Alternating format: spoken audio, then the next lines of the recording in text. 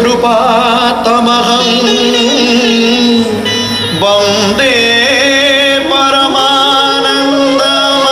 परमानन्दमाधवं वन्दे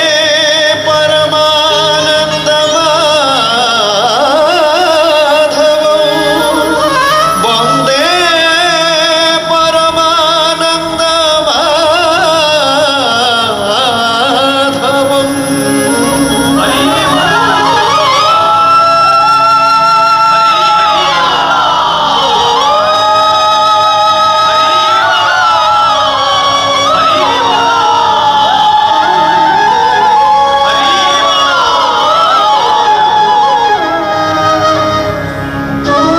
শরদ কালর স্বভাবে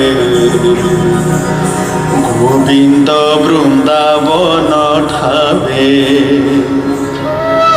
নদী পূরিত জল রাশি সুগন্ধ ফুলরে প্রশংসী নব কুসুম ফুল ডালে লোটন্তে অবনীর তলে বন গহন গিরি তলে গাই চরান্তি গোপ ভাড়ে আনন্দে বেণুনাদ করি গোপে গোবিন্দ হলধারী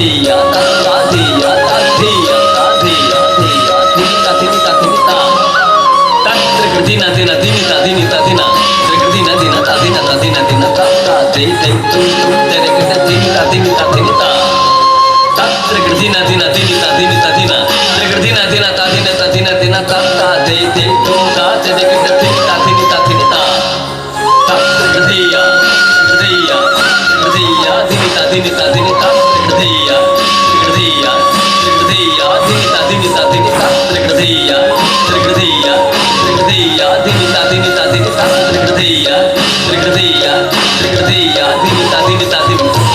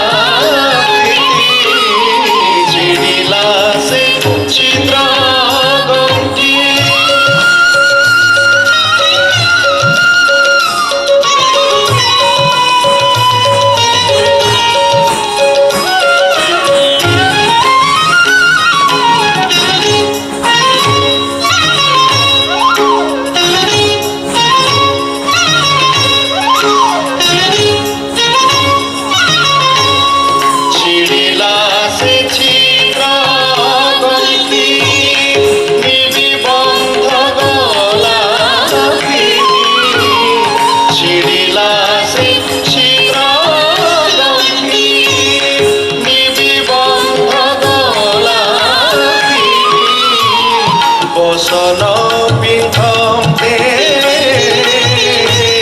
বসন পিন্ধতে বসন পিন্ধতে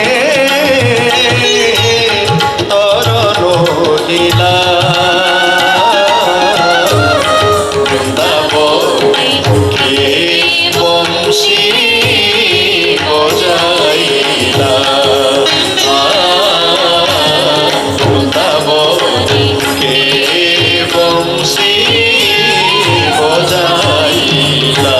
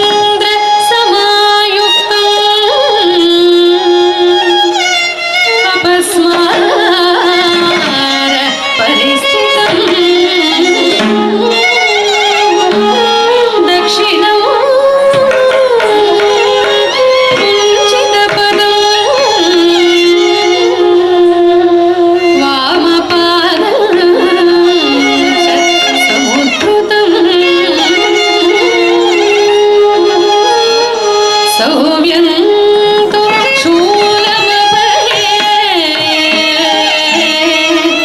अन्ये भवरुगं तथा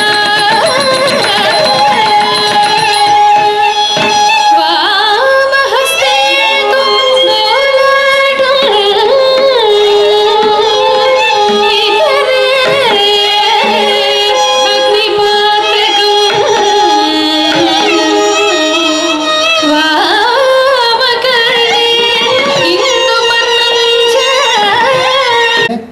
भारत के दर्शन का सम्मान बढ़ाए हैं।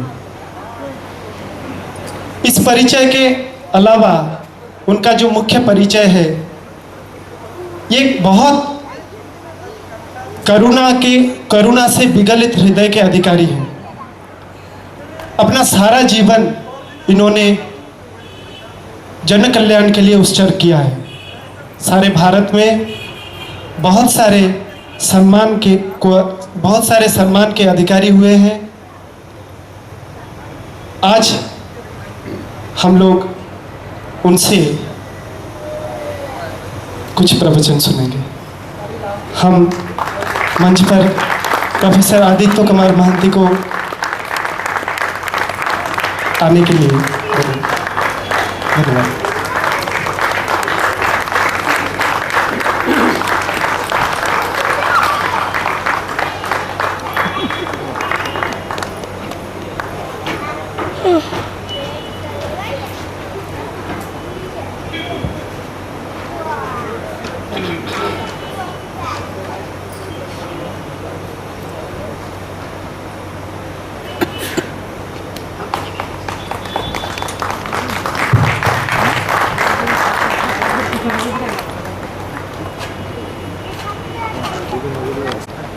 Revered Patriji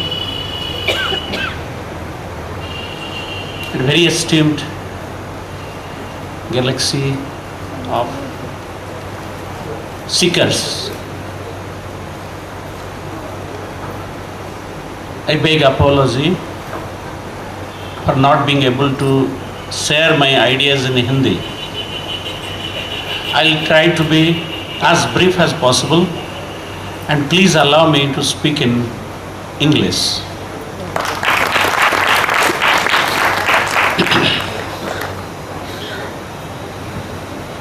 This is my first visit to this spiritual assembly, and I consider it to be the grace of the divine that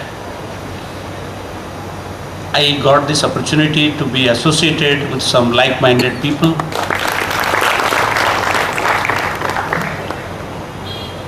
We all know that man is different from non-humans. Animals, birds, reptiles, their behavior is driven by instincts. Whenever a dog feels hungry, it sleeps. It takes food, whatever comes on the way it takes, and whenever it feels sleepy, wherever it feels sleepy, it sleeps. Man is also subject to the push and pull of these instincts. Hunger, sleep, sex, fear, ahara, nidra, bhaya, maithuna.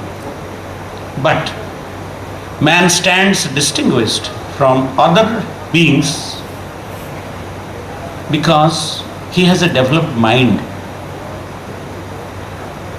Man has not only a body, he has also a mind. Now what is the proof that we have a body? Because the body needs food at regular intervals. Body needs rest. Body feels thirsty. But what is the proof that man has a mind?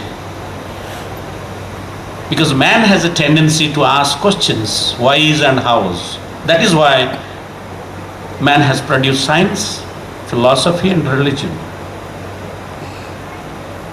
On account of having this mind, man also has an added ability to control, to regulate, to channelize the basic drives, propensities. We also feel hungry on Shivaratri days, on certain festive days, but we postpone our hunger. Man is a creature who can control, who can overcome the push and pull of these drives. It is because of this special possession, man is in a position to understand what is right and what is wrong, what he desires and what is desirable. Man has the sense of end, the purpose and the means. Man not only eats when he feels hungry, but he can understand whether it is right food or a wrong food. What should I take and what I should not take? This capacity to discriminate is a unique possession of human mind. So man has a body, man has a mind, and on account of this mind, man has created science. He questions nature, tries to understand the whys and how of things, and the more he discovers the secrets of nature, the more he controls nature. And this particular possession of man makes him question, where from have I come and what is my ultimate destination? The inquisitive nature of man has helped him to understand that the life that we have, the life which begins with our physical birth from the mother's womb, and the life which comes to an end when the body is consigned to flames, is not the only life. It is a part life, Khanda Jivan. The life which I am having, the life which begins with my birth, so-called physical birth, or the physical birth, and ends with death. That means the life bracketed between birth and death is not the only life. There are several such lives I have lived, and maybe there are several such lives which I am yet to live. So, the total life is nothing but a series of lives, births and deaths, that man is subject to. And the same inquisitive nature of man has made him probe into the question, or try to find an answer, what is my ultimate source? What is my ultimate destination? And mankind over centuries, over millennia, has arrived at three basic truths which constitute the basis of all religions, all spiritual quests. What are the three truths, fundamental truths?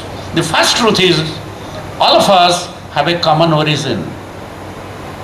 Irrespective of our nature, our stature, our strength, our limitations, be it an animal, be it a bird, be it a reptile, be it a human being, be it a piece of stone, every created thing and being has its origin in a common source.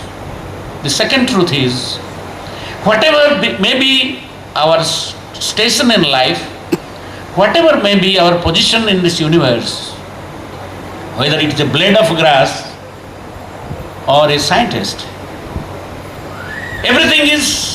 everything and every being is subject to the process of evolution across lives, and eventually will come to one end. Our goal is also one. This is second fundamental truth which every spiritual science, even the so-called science, the physical science, sooner or later has to accept. Now the scientists say, if you go back in the evolutionary process, there is homogeneity, and the evolution is converging to unity. The spiritual masters have gone beyond, because the knowledge available to science is limited, because whatever is not testified by observation and experiment, they cannot accept. And observation and experiment has its limitations.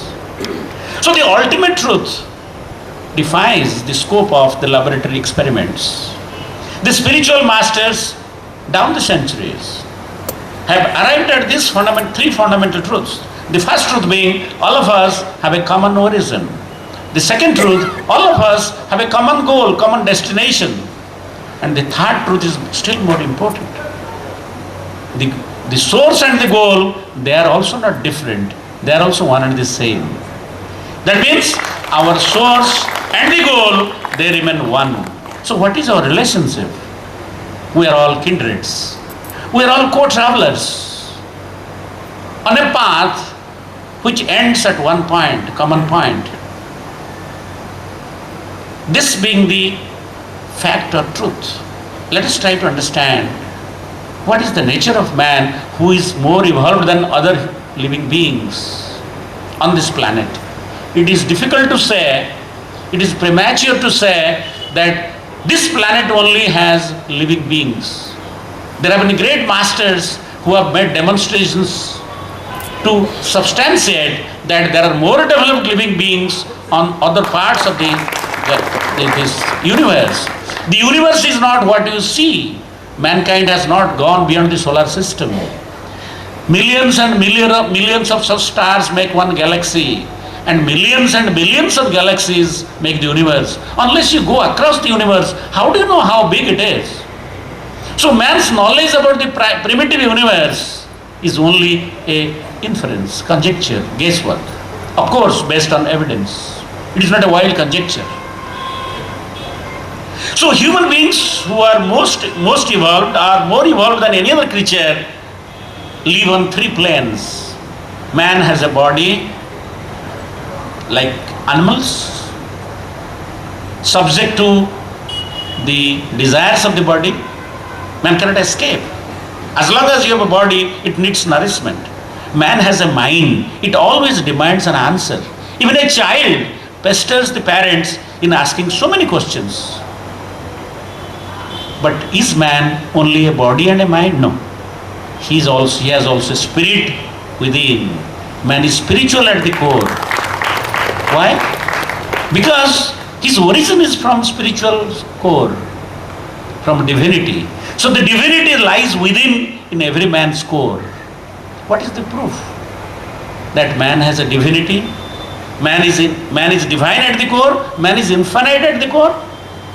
The proof is, whatever you have, you want still more and still more. Man is ever discontented with whatever he has. If you have 100 crores, you want still more. If you are a MLA or a minister, you want still more recognition, still more money, still more pleasure. No man is satisfied with finite pleasure. Finite pleasure in Sanskrit is called sukham. But in Sanskrit there is another word, anandam. The pleasure is something, in English there are two words, pleasure and bliss. Pleasure is something which comes and goes. No man is satisfied with a finite pleasure. That is why every man is discontented, unhappy with whatever he has. If he doesn't have something, he tries for it, longs for it. Once he has it, he wants still more and still more. If man would need, if the pleasure is the desire of man, he would have been satisfied. But once one desire is satisfied, he wants still more and still more. That accounts for the perpetual unhappiness, discontentment of every man, irrespective of what he has or she has. It means man wants infinite pleasure. The infinite pleasure is called bliss. Friends, if you find pleasure from a rose, as long as the rose blooms, you get the pleasure. When the rose withers, the pleasure goes. The pleasures of the youth is no more there when the youth passes off. You don't get the pleasures of youth in old age. So the pleasures which come from the pleasure is that which comes from finite objects. One thing is sure, that man wants infinite pleasure, that is why he is never happy with whatever he has. Man wants totality of pleasures, the infinite pleasures, that is called anandam. Sukham, anantam, anandam. That is the meaning of So infinite pleasure is bliss. How can you get infinite pleasure when everything in this world is finite? Since everything in this world is finite, you cannot get infinite pleasure. Then why do you want it? Because at the core I am infinite. There is a fall. Human existence is a fallout from that infinity. So there is a tendency to be restored in that infinite state. So the infinite, the desire for infinity springs from the very core of man. Friends, you always want something because you have got the pleasure of it. A tribal man, a person who is living in a remote village, doesn't have a desire for a mobile phone because he has never seen it. You want rasgulla because you have already tasted taste of rasgulla. So when you want something in this world, it is generated by the nature of the object. But there is no infinite around. Then why do I want infinite? The desire for infinite springs from within. This is one thing. Second thing is, unless there is infinity, there cannot be desire for it. Friends, you know that before man, the first advent of man on this planet, water was available, food was available, by which man could eat and survive, by which man could survive. Before a child is born, nature prepares food in mother's breast. This is the arrangement of nature. If there is a natural desire, be it for food, be it for water, there is provision for it in nature. Otherwise, the desire like the hunger and thirst would have been unnatural drives. If there is a natural desire, there must be something to fulfill it. The desire for infinite is as natural as the desire for food and drink. If you go to the remotest part, Swamiji must have seen the world around. If you go to the remotest part, people who have not seen the light of civilization, they also worship tree. My great-grandmother used to worship a stone, salagram. A person may not be educated. The people have not seen the light of civilization, but they have a tendency to worship. There is nothing, no temple, nothing around. They worship the tree. Why is it that everyone, except a few who can say that they are maybe sick, because when you are sick, you do not have the normal appetite. Every man go to any part of the country, whether a person is rich or poor, you will find there is a tendency to worship. What is important is not whether you worship in the temple or a mosque or a church. What is important is that you worship. Because the desire for worship wells up from within, springs from within, because we are essentially divine. Because we have that infinite desire, and that infinite desire or desire for infinity is natural. There must be an object to fulfill it. Otherwise, there would not have been a desire like this. Just as if there were no water, we would not feel thirsty. If there were no food provided by nature, we would not feel hungry. So the very fact that we have a desire for infinity means that there is a state of infinity. But how to attain it? Animals don't feel it. Animals feel it, but they are not conscious of it. They are drawn by the natural process of evolution. They are drawn by the nucleus, the hub of the universe. They are drawn. So they evolve higher and higher by natural attraction. But man is a creature who has the capacity who has mind, so that he can understand the nature of such attraction, the goal and the source, and the nature of the goal, purpose, and the means of attaining it. Here comes the role of dhyana or meditation. Man is a creature who can not only understand the goal, but he also can find ways of attaining the goal quicker. Friends, if no one does dhyan, maybe one may take hundreds of lives through trials and errors, through class and question, through pleasures and sufferings, he also moves. Just as an ant is trying to negotiate a very smooth pillar, he goes up, again falls down. But man has that capacity to move ahead, quicker, faster. So dhyan is nothing but the conscious effort of man to reach the goal sooner. Once I know that it is my goal, the sooner I reach, the better. Because by that I avoid the suffering, the tensions, the agonies of so many lives in between. So what I would attain in hundreds of lives, I may attain in one life if I try. Friends, here comes the role and importance of dhyan. As we feel thirsty, as we feel hungry at regular intervals, there is something in me or in us which pushes us to do something by which I can attain the highest state. Dhyan is nothing but an improvised process, a technique by which you attain something which you would have attained because it is your birthright after hundreds and millions of lives. Now the question is, don't worry, I will not prolong another 5-7 minutes. Now, how to go about it? Because man lives in three planes, the body, the mind and the spirit. But we should remember that they are not different, they are not heterogeneous, there is no break. Mind evolves from the body and the spirit has its nourishment in the body-mind base. So unless and until all these three are attuned, our journey to the ultimate goal becomes difficult. You must have seen the tigers in the jungles, tiger and a deer. The difference is, the tiger is carnivorous, meat eater, and deer, how different are they? Look at the vulture, look at the parrot. What is important is the food that you take. Because the food that you take, that prepares your cells, that prepares the physical base on which the mind evolves. That is why it is said that a subtle mind needs a subtle base, and a subtle base needs subtle food. Food has been, our masters have divided food into three types: Sattvic, Rajasic and Tamasic. Tamasic food is bad both for the body and mind.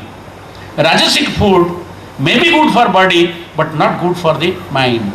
And Sattvic food is that which is good for both body and mind. Spiritual unfoldment, friends, spiritual unfoldment cannot take place on a crude body. Meditation makes the mind subtler. The psychic waves become subtler, and psychic waves need also appropriate physical base. Otherwise, either you cannot do dhyan or there is harm to your life.